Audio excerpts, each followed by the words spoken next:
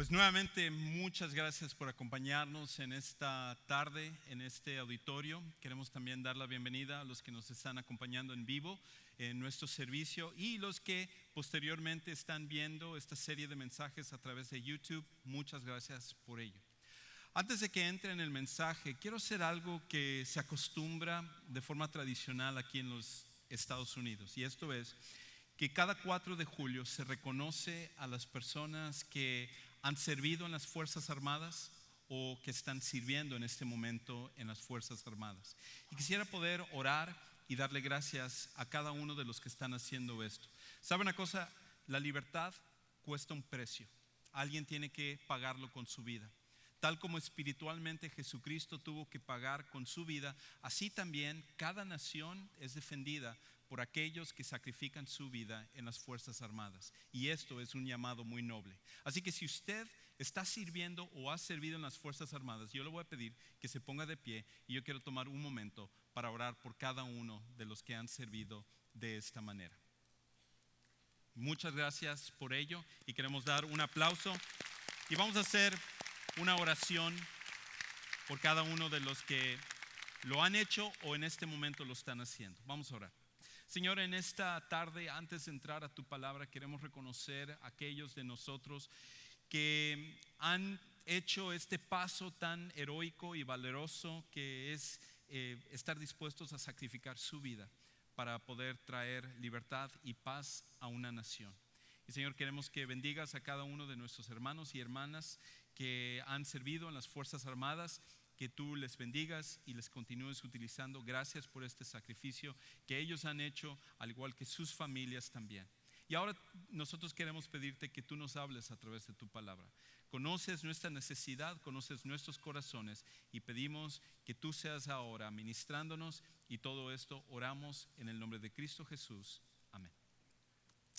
Pues en esta tarde continuamos con una serie que comenzamos ya hace algunas semanas, en la cual Jesucristo, a través del Sermón del Monte, nos habla acerca de vivir nuestra vida pensando en el futuro. Y es por eso que en esta serie hemos estado hablando acerca de no solamente vivir para el día de hoy, sino también vivir pensando hacia cómo todas nuestras decisiones, todas las cosas que hacemos en este momento, todas nuestras acciones tienen una repercusión hacia el futuro. Y por esa razón, si nosotros llegáramos al final de nuestra vida y miráramos atrás con respecto a todo lo que nosotros hemos hecho, probablemente cambiaría la manera en la cual nosotros estamos viviendo. Cambiaría la manera en la cual nosotros tomamos decisiones. Pero ¿por qué esperar hasta el final de nuestras vidas para vivir de esa manera? ¿Qué tal si todos los días nosotros viviéramos pensando en la meta final, en el momento en el cual nosotros estemos por partir de este mundo y pudiéramos corregir de esas cosas desde este momento? Y por esa razón Jesús nos da instrucciones de cómo nosotros podemos hacer esto. Y el día de hoy vamos a hablar acerca de una de las cosas que nos va a ayudar con respecto a esta trayectoria hacia el futuro. Y tiene que ver con la oración. Tiene que ver con la oración. Ahora, si tú en algún momento has visitado una iglesia, si tú no eres necesariamente un seguidor de Jesús, pero has ido a alguna iglesia, probablemente has escuchado acerca de la oración. Si tú eres un seguidor de Jesús y has estado asistiendo a una iglesia, esta o alguna otra, tú sabes ya la importancia de la oración.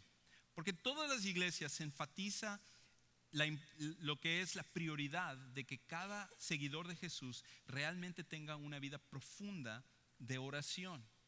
Ahora, lo que es interesante es que aunque se habla mucho en las iglesias de la oración, si somos honestos, en la práctica la oración no es algo que se le da a la mayoría de los que son seguidores de Jesús. Aunque sabemos que es súper importante, no es algo que todos estamos practicando como debería de ser. Y voy a dar 3 razones por las cuales creo que la mayoría de nosotros no practicamos la disciplina de la oración como deberíamos de hacerlo. Y la primera es esta. La primera razón por la cual no oramos es porque sentimos que Dios no me contesta. La primera razón por la cual no oramos es porque sentimos que Dios no me contesta.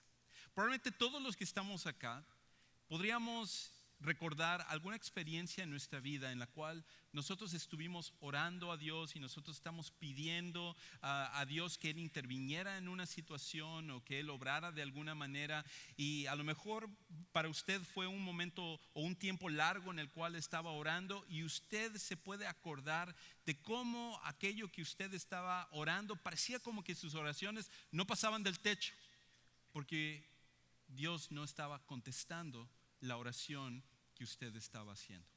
Inclusive quizás es ahora mismo donde usted está en una situación y usted a lo mejor le ha estado pidiendo a Dios, pidiéndole con respecto a algo, y usted siente que Dios no contesta su oración. Otra razón, y es una más extrema, porque en mis conversaciones con algunas personas, esto es lo que me han comentado también, es que algunos han sentido que Dios se goza de ver tu sufrimiento.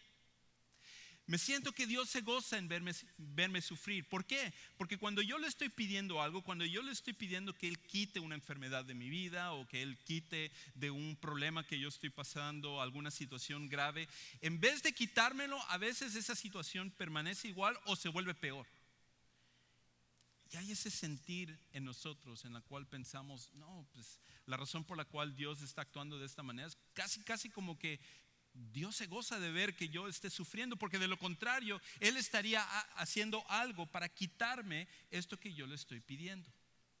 Y la tercera razón por la cual creo que muchas personas no oran es porque al final las personas dicen, no recibo lo que pido. No recibo lo que pido. O sea, no es solamente el hecho de que Dios no contesta la oración, sino que yo le estoy pidiendo algo específico a Dios y resulta que Él no me da lo que yo le pedí.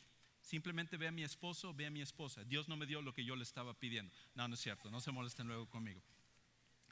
Pero en muchas ocasiones, en vez de aquello que nosotros estamos orando, nosotros recibimos algo diferente a lo que nosotros estábamos pidiendo. Y si nosotros tuviéramos la certeza de que el Dios del universo, el Dios que creó todas las cosas, que trajo lo que existe en este momento en el universo de la nada, si ese Dios que sostiene todas las cosas, que te da aliento de vida a ti, que permite que tu corazón pueda palpitar, si ese Dios, tú tuvieras la seguridad de saber que Él no solamente te escucha, sino que Él contesta tus oraciones, ¿cómo cambiaría tu forma de orar? ¿Te ayudaría a que tú oraras más? Si tú supieras que ese gran Dios te está escuchando y que no solamente te escucha, sino que Él con toda seguridad va a contestar lo que tú le estás pidiendo. Si nosotros entendiéramos ese concepto, creo que transformaría nuestra vida de oración. Si nosotros tuviéramos esa seguridad de que Dios contesta nuestras oraciones, entonces nosotros probablemente procuraríamos orar más, porque sabríamos con toda seguridad que Dios de verdad contesta la oración. Bueno, en el pasaje que vamos a ver el día de hoy, Jesús nos da una garantía de que Dios no solamente escucha nuestras oraciones, sino que Él contesta nuestras oraciones. De que jamás hay una situación en nuestra vida donde si nosotros oramos no vamos a recibir una contestación. Y esta es una garantía que viene directamente de Jesús. Si nosotros creemos este pasaje, vamos a ver las cosas de una forma diferente en nuestras vidas. No solo en nuestra vida de oración, sino que transformaría todos los aspectos y todas las áreas de nuestra vida. Así que si trajo su Biblia con usted, yo le voy a pedir que usted busque ahí en Mateo capítulo 7. Vamos a estar viendo los versículos del 7 al 11. Si usted no trae su Biblia con usted, prenda su teléfono, si lo trae en una aplicación, o si no lo trae, también nosotros lo vamos a tener aquí en la pantalla. Así que Jesús lo que está haciendo cuando entramos a este pasaje es que Él está explicando acerca de todas estas cosas hacia prepararnos para nuestro futuro. Y una de las cosas es esto de orar. Y lo que Jesús nos va a decir es esto: no te canses de pedir. No te canses de pedir. Si no te llevas ninguna otra cosa de lo que yo comparta contigo en esta tarde, debes de llevarte esto. No te debes de cansar de pedir, porque Dios va a contestar tu oración. Ahora, Jesús dice esto, versículo 7. Pidan y se les dará. Busquen y encontrarán. Llamen y se les abrirá. Y fíjense cómo a través de estas tres frases hay una seguridad con respecto a una acción y una contestación. Ahora, entre los teólogos y comentaristas empiezan a tratar de hacer una diferencia entre pedir, buscar, llamar. Algunos, por ejemplo, comentan de que esto es cuando uno va haciendo un llamado más intenso en su búsqueda de Dios. Pedir no es tan intenso como buscar o como llamar, pero en realidad creo que no es ese el punto de lo que Jesús está diciendo. Creo que la razón por la cual Él usa estos tres verbos es simplemente como una forma de énfasis. Lo que Jesús está diciendo es que nosotros necesitamos buscar a Dios, necesitamos orar, necesitamos pedirle, necesitamos seguir pidiéndole y no debemos de cansar de pedirle. Porque cuando nosotros le pedimos, siempre va a haber una contestación. Siempre Él nos va a dar cuando nosotros le pedimos. Siempre vamos a encontrar cuando nosotros buscamos y siempre se nos va a abrir una puerta cuando nosotros tocamos. Y es lo que Él dice en el versículo 8. Porque todo el que pide, recibe. El que busca, encuentra. Y el que llama, se le abre. Ahora, ¿qué es lo que Jesús está diciendo con esto? Él está diciendo esto. La única oración no contestada es la oración no hecha. La única oración no contestada es la oración no hecha. En otras palabras, cuando tú oras, Jesús está diciendo, tú puedes tener la completa seguridad de que Dios no solamente te escucha, sino que Él contesta tu oración. Esa es la promesa que Jesús nos hace. La promesa de que Jesús nos está diciendo de que el Padre no está demasiado ocupado como para no escuchar tu oración, que es a veces lo que nosotros creemos. A veces nosotros creemos, bueno, Dios tiene tantas cosas que hacer que lo que yo le estoy pide y pide y pide, Él no me lo contesta. Pero Jesús nos está diciendo que en la realidad no es así. Cada vez que tú oras, cada vez que tú le pides algo a Dios, Dios escucha tu oración. Y de hecho no solamente lo escucha, sino que Él contesta tu oración. Hay una garantía de que cada vez que tú oras, Dios contesta lo que es tu oración. Ahora, Jesús lo que nos está enfatizando con esto es el hecho de la perseverancia de estar orando, del hecho de que no debemos de cansarnos de estar orando. Y en este pasaje no incluye una historia que en el Evangelio de Lucas, cuando Jesús dice lo mismo, habla acerca de este mismo principio, acerca de pedir y se nos dará, acerca de buscar y nosotros vamos a hallar, y de tocar y se nos va a abrir. Este mismo principio Él lo habla en el libro de Lucas. Y antes de que Él habla acerca de esto, Él cuenta una historia, una parábola. Y en esa parábola Él habla acerca de una situación donde un hombre a la medianoche se levanta porque recibe una visita. Y siendo que en el tiempo de Jesús, cuando alguien llegaba a tu casa, parte de mostrar hospitalidad es que tú alimentabas a esa persona no tenía algo que ofrecerle a su visita. Así que él rápidamente va con su vecino y él empieza a golpear en su puerta a la medianoche. Y Jesús nos dice que el que estaba dentro de la casa, cuando escuchó que su vecino, su amigo, de hecho le llama su amigo, estaba golpeando a la puerta, le dice, ¿sabes qué? Yo ya estoy en la cama, no me molestes. A lo mejor a ti te ha pasado también, donde tú en la madrugada recibes una llamada, oye, necesito que me vengas a ayudar porque se me quedó el carro o porque estoy en este problema, en esta situación, y tú dices, ay caramba, yo ya estoy en mis pijamas, no me quiero levantar para ir a ayudar a esta persona, qué molestoso es esta persona. Tú has estado en esa situación.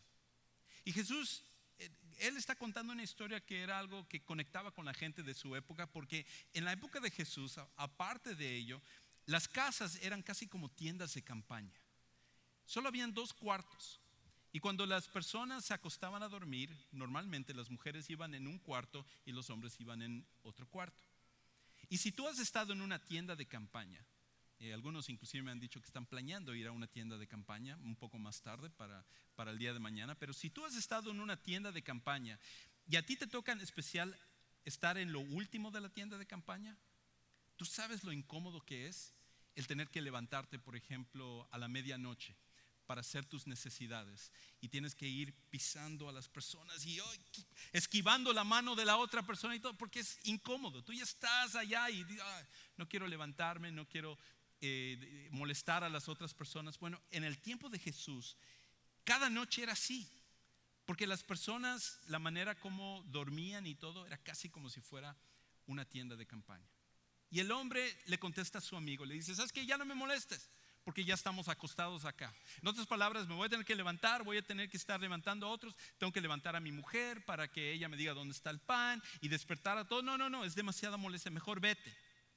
Pero Jesús dice que por la persistencia de ese hombre, él se va a levantar. Y por lo tanto el hombre se levanta y le entrega el pan. Ahora, ¿qué es lo que esto nos dice con respecto a Dios? Bueno, nos dice que Dios no quiere que tú le molestes, pero le sigues molestando y Él va a tener que contestar tu oración. No, en realidad no es eso lo que está diciendo. Jesús lo que está diciendo es esto.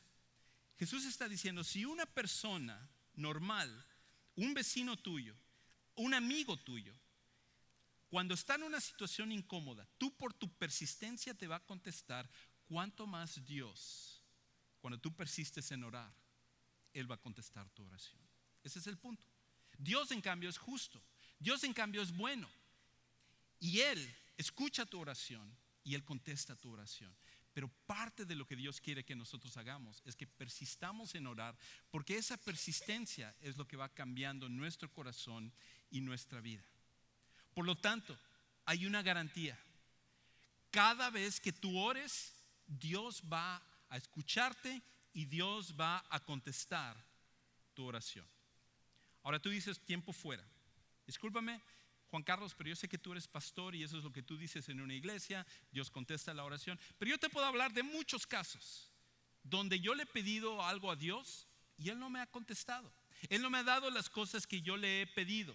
Así que cuando tú hablas acerca de que hay toda la seguridad, hay toda la garantía de que cuando nosotros oramos, Dios escucha la oración y Él contesta la oración, no es la experiencia que yo he pasado. Es más, en este momento yo estoy pidiéndole a Dios con respecto a algo y yo no he recibido ninguna contestación con respecto a ello. Así que ¿cómo me explicas eso? Bueno, qué bueno que haces esa pregunta, porque justo es mi siguiente punto. Así que parte de lo que Jesús nos va a decir con respecto a esto es que el problema con respecto a lo que nosotros pedimos a Dios es que muchas veces nosotros no pedimos cosas que van a ser para nuestro beneficio. En otras palabras, las cosas que nosotros pedimos que Dios nos dé en muchas ocasiones son cosas que si Dios nos lo diera, nos perjudicarían. Y Dios, que es un Dios bueno, jamás va a dar a sus hijos algo que los va a perjudicar. De hecho, Jesús lo dice de esta manera. Versículo 9. ¿Quién de ustedes, si su hijo le pide pan, le da una piedra? Es una pregunta retórica. La respuesta es: nadie, o por lo menos nadie normal haría esto. Y versículo 10. O si le pide un pescado, le dará una serpiente. ¿Quién, como buen papá, como buena mamá, en su sano juicio, le daría una culebra a su hijo en vez de un pescado cuando su hijo está hambriento? La respuesta es: nadie. Nadie haría eso. Y Jesús dice: pues si ustedes, aún siendo malos, pregunta, ¿nosotros como papás en alguna ocasión no somos buenos padres? Definitivamente que sí. Todos en algún momento hemos tenido situaciones donde hemos hecho cosas por impaciencia más que porque nosotros somos buenos papás. En algunas ocasiones nosotros nos hemos equivocado con respecto a decisiones de nuestros hijos y en algunas ocasiones simplemente hemos actuado como padres de forma egoísta con nuestros hijos y no necesariamente por el bienestar de nuestros hijos. Sin embargo, tú estarías de acuerdo de que tú amas a tus hijos y que cualquiera de nosotros como papás estaríamos dispuestos a hacer lo que sea por ellos, inclusive dar nuestra vida por ellos. Y eso de que nosotros somos malos, lo cual es el punto de Jesús. Y él dice esto: si ustedes, aun siendo malos, saben dar cosas buenas a sus hijos, ¿cuánto más su Padre que está en el cielo dará buenas cosas a los que le piden? En otras palabras, si tú, que eres un papá, que eres imperfecto, tiendes a darle cosas buenas a tus hijos cuando ellos lo necesitan, ¿cuánto más un padre, en cambio, que es perfecto, le dará las cosas que necesitan a sus hijos? Y es aquí donde obtenemos el segundo punto. Si un padre imperfecto procura darle lo mejor a sus hijos, mucho más lo hará un padre perfecto. Un padre perfecto. Parte de nuestra experiencia es que como papás nosotros no le damos todo lo que nos piden nuestros hijos. Todo lo que ellos nos piden sabemos que no es bueno para ellos, y a veces son peticiones que son peticiones tontas. Yo me acuerdo de una de ellas, como a los 6 años. Me acuerdo que yo tenía un amigo en la escuela que era japonés, y él me decía que él había inventado un traje de robot en el cual él podía volar. Ahora, si él volaba solamente con el casco, volaba por 1 hora. Y él me decía, si vuelo con todo el cuerpo puedo volar 2 horas. Y él me decía, y te lo vendo por $50. Y yo me fui emocionadísimo a la casa. Y le dije, mamá, me tienes que dar $50. Y le estaba así fastidia a mi mamá de que ella necesitaba darme $50 para que yo le comprara el traje a mi amigo, porque yo me imaginaba volando así en el aire y todo como un robot y todo. Y obviamente mi mamá no me dio ese dinero porque el traje no existía, primero. Pero segundo, mi mamá, que es una buena mamá, sabía que el darme ese dinero era un desperdicio. Y tú has estado en situaciones donde tus hijos te están pide algo, y tú sabes que si tú se los das, eso que se los das los va a perjudicar. Ellos van a salir lastimados porque tú les diste aquello que ellos te están pidiendo. Pues si eso pasa con nosotros como padres imperfectos, ¿cuánto más Dios, que es perfecto, entiende que hay ciertas cosas que cuando nosotros le pedimos, Dios como buen padre no nos lo da? Esa es la razón por la cual muchas veces nosotros pedimos cosas y no las recibimos. No es porque Dios no contesta nuestra oración, sino más bien es porque Dios sabe que si Él te da aquello que tú le estás pidiendo, eso te va a perjudicar más y te va a alejar más de Él. Y el estar cerca de Dios es lo más importante que tú puedes tener en tu vida. Jesús nos garantiza de que cada vez que nosotros pedimos, Dios va a contestar nuestra oración. Pero el problema es que no siempre nosotros sabemos pedir lo que nosotros necesitamos. Y yo puedo ver vez tras vez de cómo Dios interviene y Él responde a la oración. Inclusive en este viaje que hice la semana pasada con un grupo de 61 personas de nuestra iglesia a Honduras, pude ver cómo Dios contesta la oración. Probablemente de todo el viaje de Honduras que nosotros hicimos, vi la mano de Dios moviéndose en la vida de muchas personas que recibieron a Cristo, 76 personas que recibieron a Cristo de una forma increíble, y la manera como Dios trajo a doctores y un dentista para poder atender a las personas, las enfermeras, el pozo de agua que se hizo, se construyeron columpios para los niños, se hizo una escuela bíblica de vacaciones para los niños, y todo eso fue un gran impacto. Pero para mí el momento de mayor impacto de todo el viaje fue cuando conocí a un muchacho que se llamaba Manay. Y una mañana nosotros nos fuimos a un pueblo que estaba como unos 30 minutos de donde nosotros estábamos trabajando. Y conocí a este muchacho que tiene 38 años. Y él, que vive en un pequeño pueblo en Honduras, nació con síndrome Down, pero también nació con polio. Por lo cual imagínese el vivir con esta combinación. La única manera en la cual este muchacho Manay se puede mover es cuando él se va arrastrando con sus manos. De hecho, la gran mayoría del día se lo pasa sentado en esa hamaca donde están uno de sus hermanos en ese momento, y que inclusive ya tiene un hueco. Su familia es muy pobre y ellos no tienen la manera de poder darle lo que Manai necesita. Cuando ellos inclusive van a la iglesia, sus hermanos tienen que cargarlo entre varios y ellos se lo llevan para que él vaya a la iglesia. Le encanta ir a la iglesia, adorar y alabar a Dios. Y su familia había estado orando para que Dios pudiera traer algo para ayudar a Manai. Y sin que ellos supieran, Dios ya había empezado a moverse.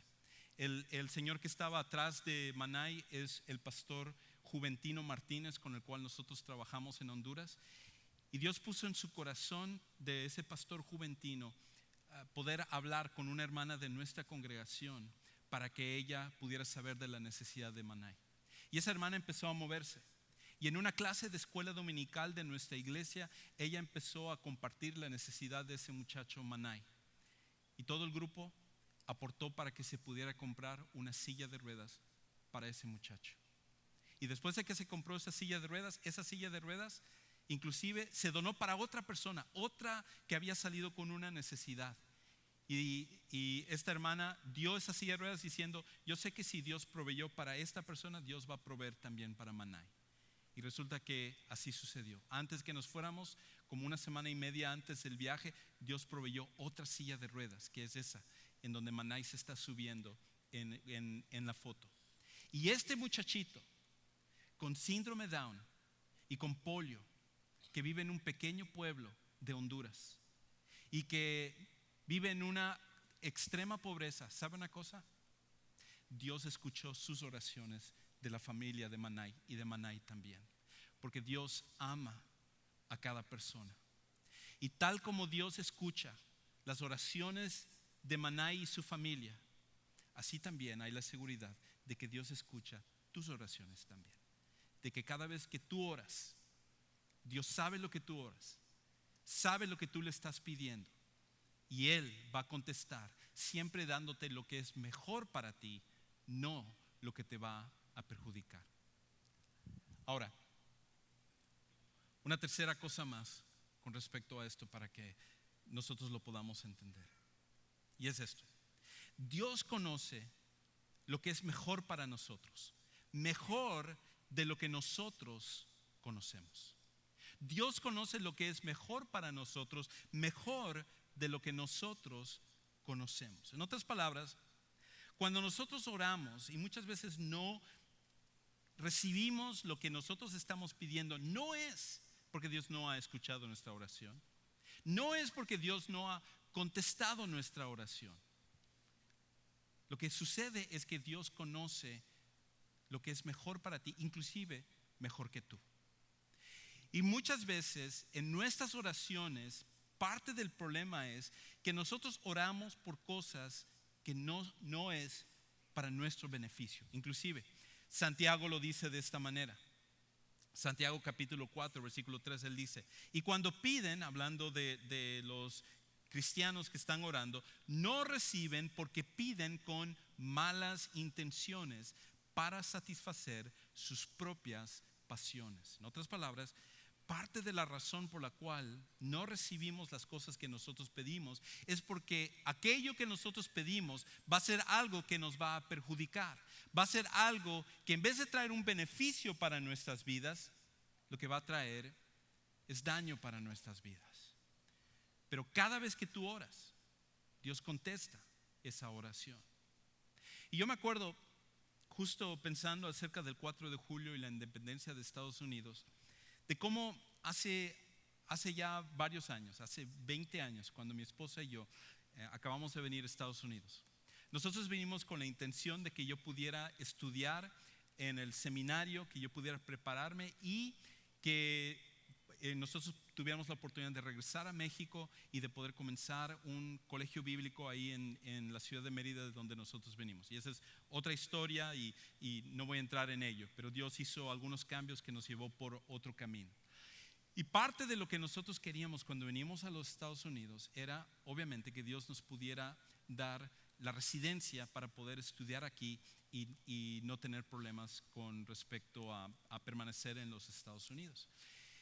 Pero el problema es que yo no tenía dinero para contratar abogados, para manejar mi caso de inmigración. Así que un año antes vine con una visa de turista, compré unos 2 libros de inmigración, fui a ver a un par de abogados y empecé a consultar, y yo mismo empecé a preparar mi caso para poder solicitar lo que era la residencia permanente. Y en el 1997, un año después, ya nosotros aplicamos para lo que era la residencia aquí en los Estados Unidos.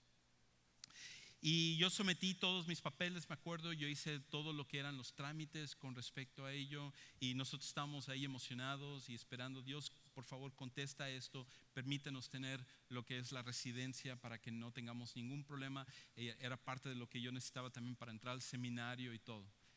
Y pasó un año y no había respuesta por parte de Dios, y nosotros seguíamos orando y orando: Señor, queremos esto y la residencia. Y otro año, segundo año, y ahí seguíamos orando, pero quizás ya no con tanto fervor, porque ya 2 años después de esto, y pasaron 3 años, y pasaron 4 años, y pasaron 5 años, y finalmente, casi después de 6 años, un día recibí una carta del Departamento de Inmigración, en el cual me decía: su caso ha sido negado y usted tiene 30 días para salir de los Estados Unidos.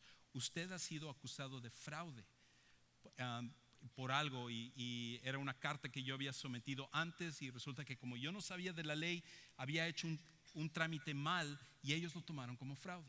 Y ellos me decían: tienes 30 días para salir de los Estados Unidos. Y déjame decirle, en ese proceso de 5 años en los cuales nosotros estábamos esperando, pude ver la mano de Dios que empezó a preparar el corazón de mi esposa y el mío. Porque al principio, cuando nosotros nos llegamos a los Estados Unidos, nos afanamos que necesitábamos esa residencia permanente, necesitábamos que Dios interviniera en ello, y pensamos que esa era la solución a lo que nosotros queríamos aquí en los Estados Unidos. Pero después de 5 años de espera, Dios fue moviéndose en nuestro corazón. Y déjame decir, al final de los 5 años, yo ya había llegado al punto donde decía: Señor, donde tú me quieras llevar, si tú quieres llevarnos de regreso a México, nosotros estamos dispuestos a hacerlo. O si quieres que permanezcamos acá, nosotros estamos dispuestos a hacerlo. Yo había estado orando, pero en el proceso de estar orando y pidiendo lo que yo quería, Dios, en vez de dármelo en ese momento, esperó y fue preparando mi corazón y cambiando el corazón de mi esposa, para que después de 5 años, lo primordial ya no fueran los papeles, lo primordial fuera servir a Dios. Y en un lapso de un mes, ya que nosotros recibimos ese papel, yo dije: ok, ya no hay mucho que se pueda hacer. Fui a consultar abogados, y los abogados me dijeron: ¿sabes qué? No se puede hacer nada. Inclusive un abogado que fui a ver me dijo: lo único que necesitas hacer es reabrir tu juicio, de que podamos seguir tramitando, y con eso yo te manejo el caso. Y en mi mente yo dije: entonces, ¿para qué te necesito a ti si yo tengo que ir a reabrir mi caso? Estoy en este problema porque yo no supe hacer bien las cosas, y ahora ¿y por qué te estaría pagando a ti? Y al final dije: bueno, esto es la voluntad de Dios, nosotros nos vamos a ir. Y ya empezamos a prepararnos, empezamos a despedir de nuestras amistades acá, y avisamos a nuestra familia, y empezamos a agarrar las cosas para vender todo. Y en cuestión de 30 días, Dios levantó a unos hermanos, muchos de ellos de esta iglesia. Yo ni siquiera era pastor aquí todavía, pero varios que nos conocían agarraron, y entre ellos financiaron un abogado para que manejara nuestro caso. Dios usó de una forma tremenda a ese abogado, y en 30 días abrieron nuestro caso, y en cuestión de 2 meses nos dieron la residencia permanente. Ahora, yo cuento esto no porque digo: ok, ahora tengo lo que al final yo pedí. No, de verdad, Dios me había llevado al punto en mi vida y en mi corazón donde yo decía: Señor, donde tú quieras utilizarme. Y estoy completamente convencido de que si la decisión de Dios hubiera sido el de regresar a México, hubiéramos estado de cualquier manera contentos para servir a Dios ahí. Porque al final Dios sabe lo que nosotros necesitamos. Dios sabe lo que tú necesitas. Y cuando tú pides y no recibes lo que tú estabas pidiendo, parte de ello es la confianza en un Dios que Él sabe lo que es mejor para ti. y sabe el momento en el cual tú lo necesitas. Y en el proceso de contestar tu oración, parte de lo que Dios hace es que Él va cambiando tu corazón, que es aún más importante que cualquier otra cosa que tú le pidas. Por eso nosotros podemos confiar en Él. Y Jesús nos dice: no nos cansemos de pedir. No te canses de pedir, porque Dios va a escuchar y Dios va a contestar tu oración. Ahora, ¿qué hacemos con esto? ¿Cómo lo ponemos en práctica? Déjame sugerirte 3 cosas. Y es esto. Lo primero es: no dejes de orar, porque Dios te contestará. No dejes de orar, porque Dios te contestará. Quizás tú llegas en esta tarde acá, tú estás escuchando con respecto a esto. A lo mejor tú vienes inclusive desanimado porque has estado orando con respecto a esto, y tal parece que Dios no contesta tu oración. Y yo quiero decirte en esta tarde: no dejes de orar. La perseverancia de orar es súper importante y Dios te va a contestar. De eso puedes tener la plena seguridad. Lo segundo es esto: confía en Dios para darte lo mejor en vez de darte lo que le pides. Porque como con todo buen papá, con toda buena mamá, cuando tú les pides a tus papás, ellos te van a dar siempre lo mejor y no lo que tú le estás pidiendo. Pues con Dios pasa lo mismo. Dios te va a dar lo mejor, lo que es mejor para ti, para tu vida, en vez de aquello que tú le pides. Y lo tercero es: pídele a Dios con la intención correcta. Y la intención correcta tiene que ver más con respecto a Él que con respecto a aquello que nosotros le estamos pidiendo. Si nosotros le estamos diciendo: Señor, yo necesito este trabajo, y cuando tú me lo des, yo voy a tener esa felicidad. Señor, yo necesito casarme, o yo necesito tener hijos, o yo necesito más dinero, o esta posición, o cualquier cosa que sea. Parte de la intención correcta es olvidar lo que estamos pidiendo y decirle: Señor, más importante que esto que te estoy pidiendo es mi relación contigo.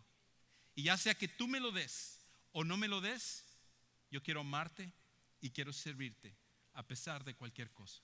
Y cuando lo hacemos así, podemos tener la plena seguridad que Dios siempre nos va a dar lo mejor.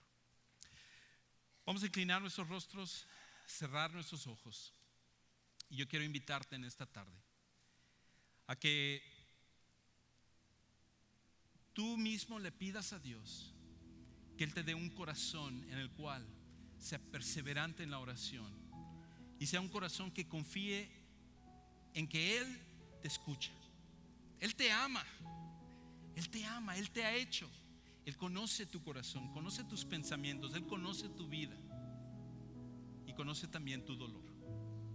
Y Él está dispuesto a contestar tu oración también. Y darnos un corazón que tenga una motivación correcta con respecto a pedirle las cosas. Si nosotros lo pedimos de esa manera, podemos tener la plena seguridad de que Él va a contestar. Vamos a pedirle en esta tarde un corazón que no se canse de pedir. Mientras este canto es entonado, pídele a Dios ahí en tu corazón que Él te dé ese tipo de corazón.